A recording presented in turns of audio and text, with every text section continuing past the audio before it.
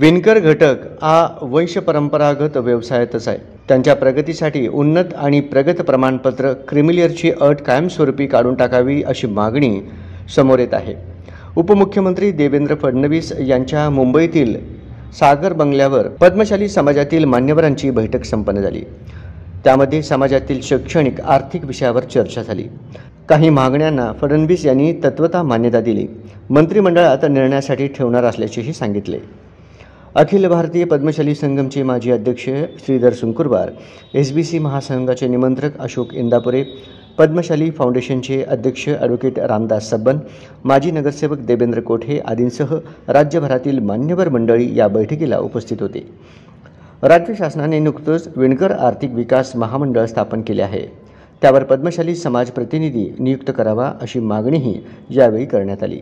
विणकर घटकातील उद्योजकांना SC, ST प्रमाणे वीज भांडवली सवलती देण्यात याव्यात. विडी कामगार महिलांना पर्यायी रोजगार म्हणून शालेय मुलांसाठी गणवेश शिवण्याचे काम द्यावे. श्री मार्कंडे सोलापूर सहकारी रुग्णालयात महात्मा फुले जन आरोग्य योजना सुरू करावी. SBC विद्यार्थ्यांना मूळ राखीव प्रवर्ग OBCतून व्यावसायिक अभ्यासक्रमांना प्रवेश देण्यात यावे. हातमाग विणकरांना देण्यात येणाऱ्या सवलती समान पद्धतीने द्याव्यात. त्यामध्ये भौगोलिक अट नसावा. यंत्रमाग घटकांना उभारी देण्यासाठी अल्प व्याजदरात कर्जे उपलब्ध करून द्यावीत. वस्त्रोद्योगासंबंधी प्रशिक्षण संस्था सोलापुरात सुरू करावी. कुशल मनुष्यबळ उपलब्ध करून द्यावे व SBC प्रवर्गातील विद्यार्थ्यांना जात वैधता प्रमाणपत्र देण्याची प्रक्रिया सुकर करावी. या गोष्टींचा प्रस्ताव मांडण्यात आला. उपमुख्यमंत्री आदरणीय देवेंद्र फडणवीस साहेब यांनी राज्यातील मायक्रो OBCचे प्रश्न जाणून घेण्यासाठी त्यांच्या मुंबई येथील सागर बंगल्यावरती बैठक आयोजित केली होती. पद्मशाली समाजाच्या वतीने सुद्धा राज्यातील एक शिष्टमंडळ उपमुख्यमंत्र्यांच्या निवासस्थानी 20 तारखेला गेली होती. पाचारण करण्यात आलं होतं. त्यावेळेला राज्यातून पद्मशाली समाजाचे सर्व सामाजिक कार्यकर्ते, नेते, पदाधिकारी त्या ठिकाणी बैठकीस उपस्थित होते. पद्मशाली समाज हा पूर्वी OBCमध्ये होता. 1994 साली SBCमध्ये त्याचा समावेश झाला. नोकरीसाठी स्वतंत्र आरक्षण आहे, परंतु शिक्षणासाठी 2% स्वतंत्र आरक्षण दिलं होतं. ते शासनाने काही तांत्रिक अडचणीमुळे काढून घेतलं आणि ह्या SBCच्या विद्यार्थ्यांना OBCच्या मूळ प्रवर्गात प्रवेश देण्याचा हक्क कायम ठेवून त्यांना OBCच्या कोट्यातून प्रवेश देण्याचा निर्णय घेतला. हा निर्णय 1997 साली झाला. परंतु CET आणि अन्य प्रवेश देणाऱ्या यंत्रणांकडून GR अर्ज चुकीचा लावला जात असल्यामुळे अनेक विद्यार्थ्यांना OBC कोट्यातील प्रवेशापासून वंचित राहावे लागते. सातत्याने त्याकरता आम्हाला अर्ज विनंत्या कोर्टात चक्रा माराव्या लागतात. जर का तंत्रज्ञानाचा आधार घेऊन SBC आणि पद्मशाली अशी जर का नोंद केली तर त्यांना बाय डिफॉल्ट OBC प्रवर्गातून प्रवेश दिला तर विद्यार्थ्यांचं शैक्षणिक नुकसान होणार नाही अशी मागणी केली. त्यावेळेला आदरणीय उपमुख्यमंत्री देवेंद्र फडणवीस यांनी याबाबतीत CET सेल यांच्याशी बोलून तशी सॉफ्टवेअरमध्ये दुरुस्त करून विद्यार्थ्यांना न्याय देण्याचं त्यांनी मान्य केलं. तसंच OBC आणि BJNT या विद्यार्थ्यांना नॉन क्रिमिलियरची मर्यादा 8 लाख रुपयाची आहे. सध्याचं 7वं वेतन आणि वाढीव उत्पन्न पाहता 8 लाखाची मर्यादा ही खूप कमी आहे. दर 3 वर्षांनी उत्पन्न वाढवण्याची मर्यादा, उत्पन्नाचा आढावा घेऊन मर्यादा वाढवण्याचं असताना गेली 5-6 वर्षापासून मर्यादा वाढवलेली नाही. ती 6 लाखाची मर्यादा वाढवण्यासाठी विनंती केली असता उपमुख्यमंत्र्यांनी सांगितले की राज्य शासन केंद्र शासनाशी बोलून लवकरच हे मर्यादा वाढ करण्याचा निर्णय केल्याचं सांगितलं. राज्यात सगळ्यांनाच नोकऱ्या मिळणं अशक्य असल्यामुळं आमचे विणकर बांधव हे पारंपरिक व्यावसायिक आहेत, परंतु परंपरागत व्यवसाय विणकाम हा अस्तांगताला पोहोचला असल्यामुळं अन्य रोजगाराकडे त्यांना वळायचं आहे.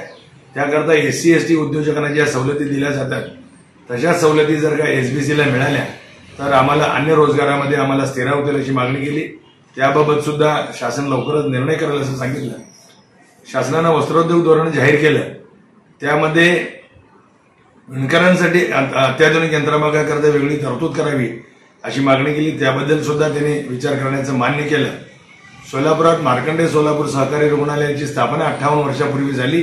ती पद्मशाली समाज बांधवांनी केली आणि स्थापनेचा उद्देशच मुळात ते भागातल्या बिडी कामगार, यंत्रमाग कामगारांसाठी आरोग्य सेवा पुरवणे होता. परंतु महात्मा फुले जन आरोग्य योजना त्या हॉस्पिटलमध्ये नसल्यामुळं गोरगरिबांना त्या ठिकाणी उपचार मिळण्यासाठी अत्यंत त्रास होतो. त्यामुळे शासनाला विनंती केली की आम्हाला ए ग्रेड कॅटेगरीतून मार्कंडेय सोलापूर सहकारी रुग्णालयात महात्मा फुले जन आरोग्य योजना चालू करावी. उपमुख्यमंत्री महोदयांनी सांगितलं की प्रस्ताव दिला असेल तर ताबडतोब आपल्याला मंजूर करण्याची कारवाई करण्यात येईल आणि तसं मंजुरी दिली सांगितलं. शासनानं नुकताच विणकर आर्थिक विकास महामंडळाची घोषणा केली. त्याकरता 50 कोटी रुपयाची तरतूद देखील केली. परंतु या समितीचं कामकाज अद्याप सुरू झालेलं नाही.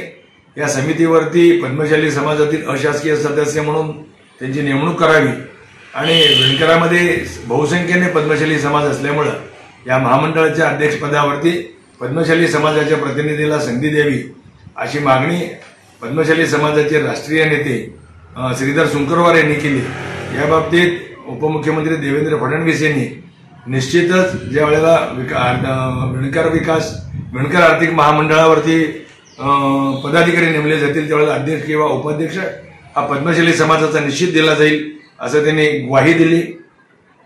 विणकर आर्थिक महामंडळाच्या माध्यमातून 10 लाखापर्यंत कमी व्याजदरानं कर्ज लोकांना उपलब्ध होणार आहे. तर लोकांनी त्या आर्थिक महामंडळाचा फायदा घेऊन स्वतःचे उद्योग व्यवसाय उभारावेत असंही त्यांनी आवाहन केलं.